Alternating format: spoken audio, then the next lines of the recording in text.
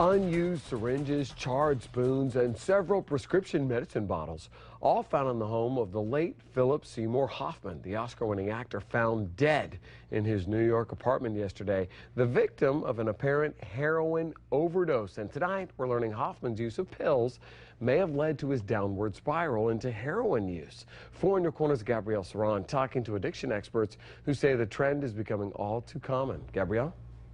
Patrick, we typically think of heroin as a low-level street drug, but Philip Seymour Hoffman's death is a prime example of someone with a comfortable lifestyle whose demons led him from prescription pills to heroin.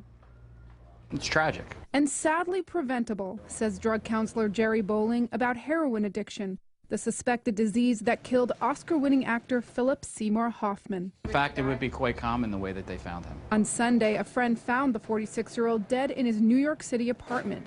Sources confirm there was a needle in his arm and multiple clear bags filled with heroin.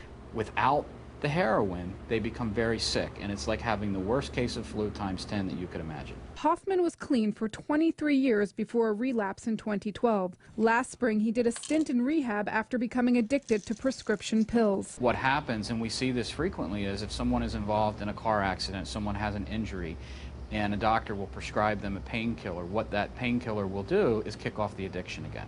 It's an alarming trend that the government fears fuels a demand for the drug. The DEA says heroin seized at the border increased more than 200% since 2008. It's cheaper than prescription pills, and plenty makes it into the country.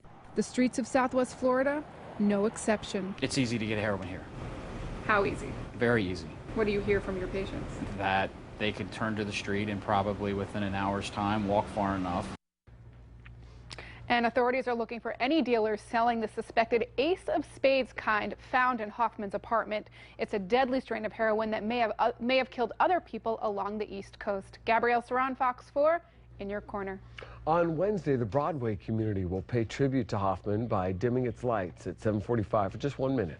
Hoffman made his Broadway debut in True West and followed it up 3 years later in Long Day's Journey into Night. He was also a longtime supporter of the off-Broadway Labyrinth Theater Company, where he served as co-artistic director.